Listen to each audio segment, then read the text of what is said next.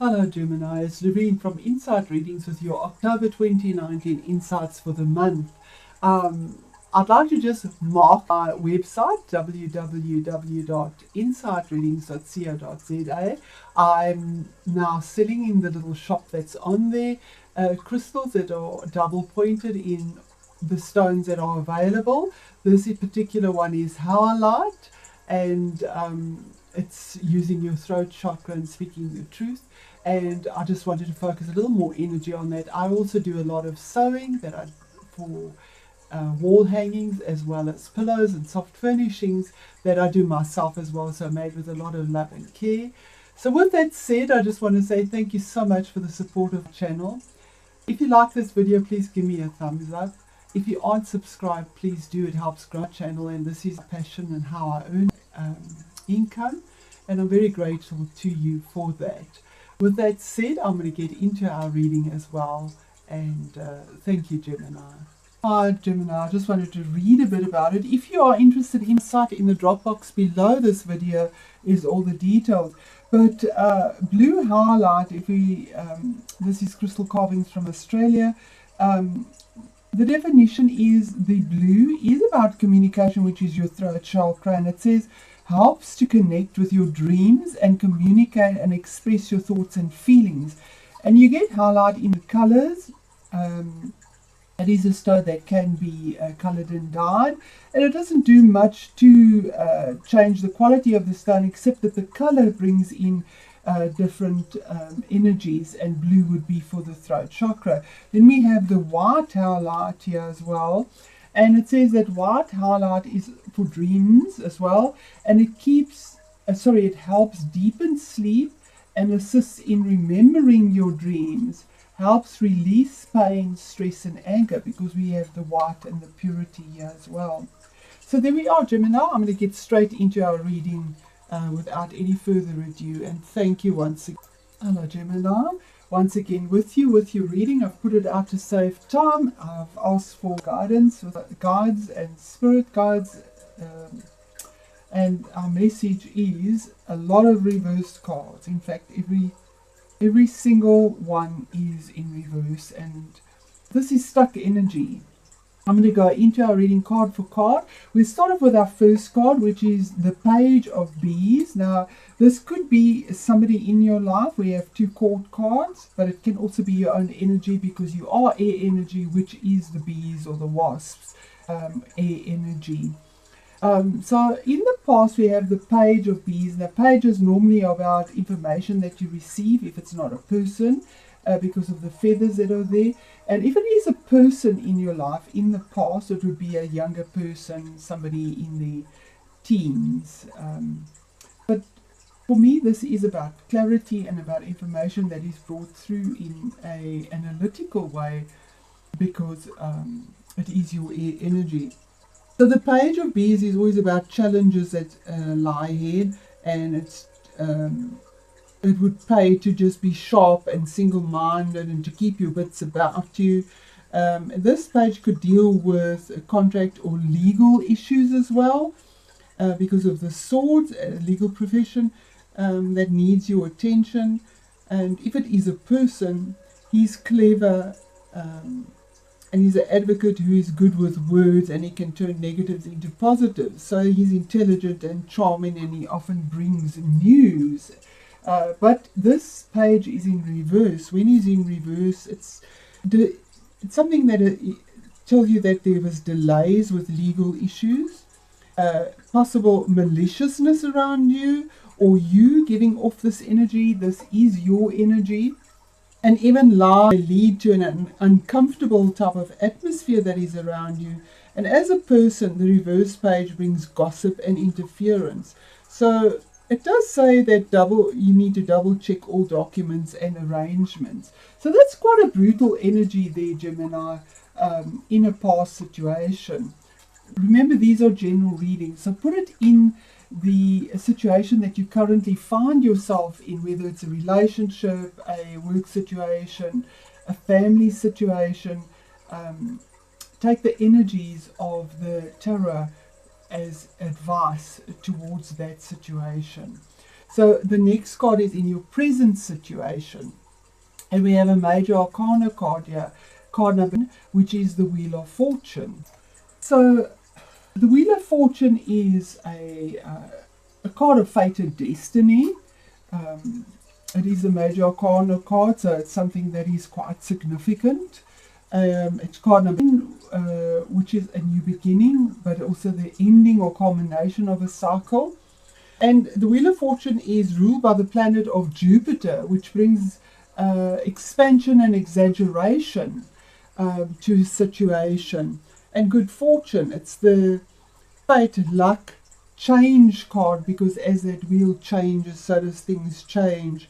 And it's about luck that possibly comes your way. So the wheel is a psychic card because of its association with fate and destiny. So if you have a question about your spiritual development, this card shows that you might be on the right track if this card was in the upright position. But in the reverse, and this is in your current situation, you may be experiencing a downturn in your fortunes, but the change is entirely out of your hands because now it is a major arcana card.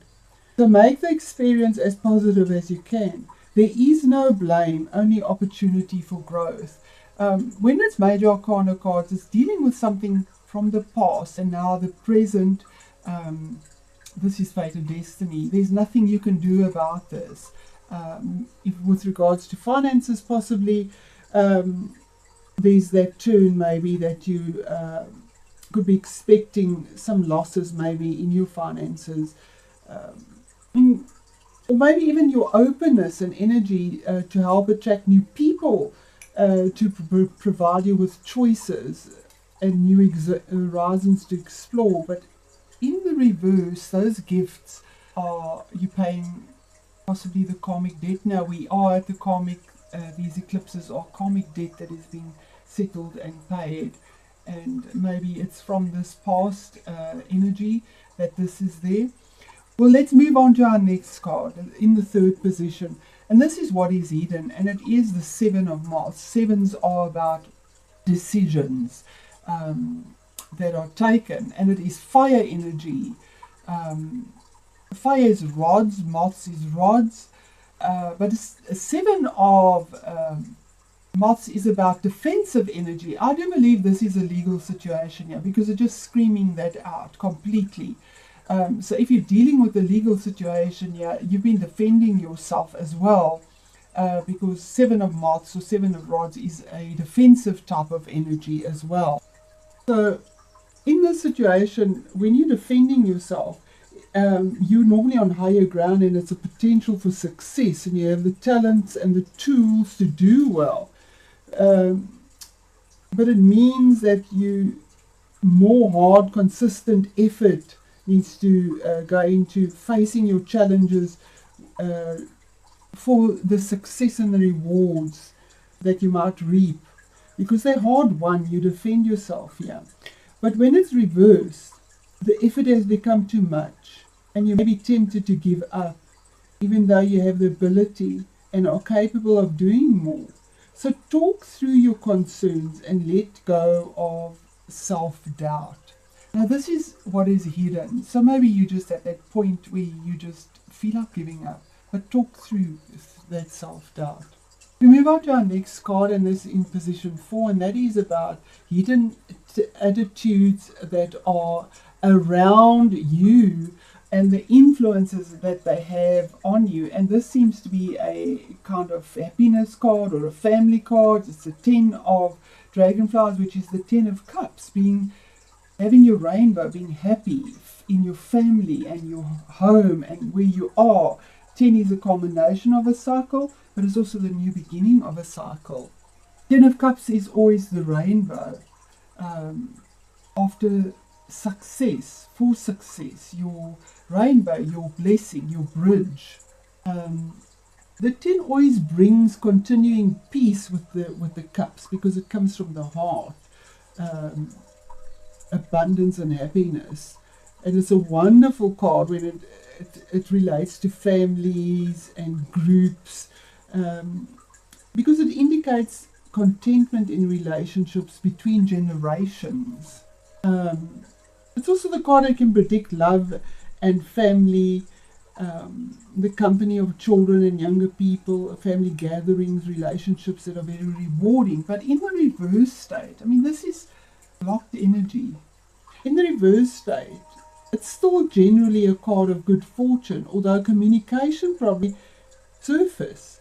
So think carefully about what you say and write to avoid misunderstandings. A love home may be misplaced because it deals with water energy, love, and dragonflies move fast, they shift and find their next goal as well quite quickly. Okay, so our next card in the fifth position is the King of Bees. Once again, your energy, if it is you, it is a man, or you're dealing with this energy. The fifth position is your best action to take. Now, this is your energy, very much so air energy, which is, and the kings are always about manifestation on the outside. This is a decision or a ruling that is made in an analytical way, without emotion attached to it, decisive thinking, pure logic, can be quite stingy, but there's clarity with this. And if it is a person that you need to communicate with, it can deal with the legal profession as well, lawyers, because of the Swords energy, or magistrates, court system, it can be dealing with that as well. The king normally of these heralds a time for action, because they take they have common sense and problem solving. He's mature, he's reached that place. He can represent the positive influence of a professional man, if this is somebody here, and it's the best. It's in the position of best action to take. So maybe this is somebody you need to deal with as well. As I say, a lawyer or business leader who is clever and witty and ambitious. He sees the big picture and he has energy. However, he bores quite easily and they soon move on because it's air energy. So it's just that movement all the time. But in the reverse, you may face great opposition with this person. And the reverse king is a destroyer, not a builder. And he will use cunning and necessary force to get his way. So it's better to retreat now than waste time and energy defending yourself or your projects. So that's the best action to take in this situation, Gemini. This is a legal situation, and this is karmic influence on this situation as well. There's no doubt about this. Then we have in our sixth position, which is the position of your obstacles and challenges. We have the Eight of Dragonflies once again, walking away from a situation on an emotional level. And 8 is the infinity sign. As you sow, so you reap. The Eight of Dragonflies is always about it's time to go. But the departure is in reverse. The departure only comes after due consideration, thinking about things, or a situation or relationship has now finally run its course, this legal situation, and you have given it every chance. But with sorrow, you need to free yourself from that commitment. And this card can also indicate the start of a great journey. But in the reverse situation, because with the 8 in the upright, you have the courage to move on, to let go. Because it's by divine inspiration, we have this hand here that you can move on, and the courage. But in the reverse situation, you may be leaving a situation without proper consideration. And it's saying, it's a warning to think carefully before taking or making the leap. You could find value here that you have yet to appreciate. And alternatively, the reversed 8 can show that another's poor judgment leaves you feeling absolutely abandoned.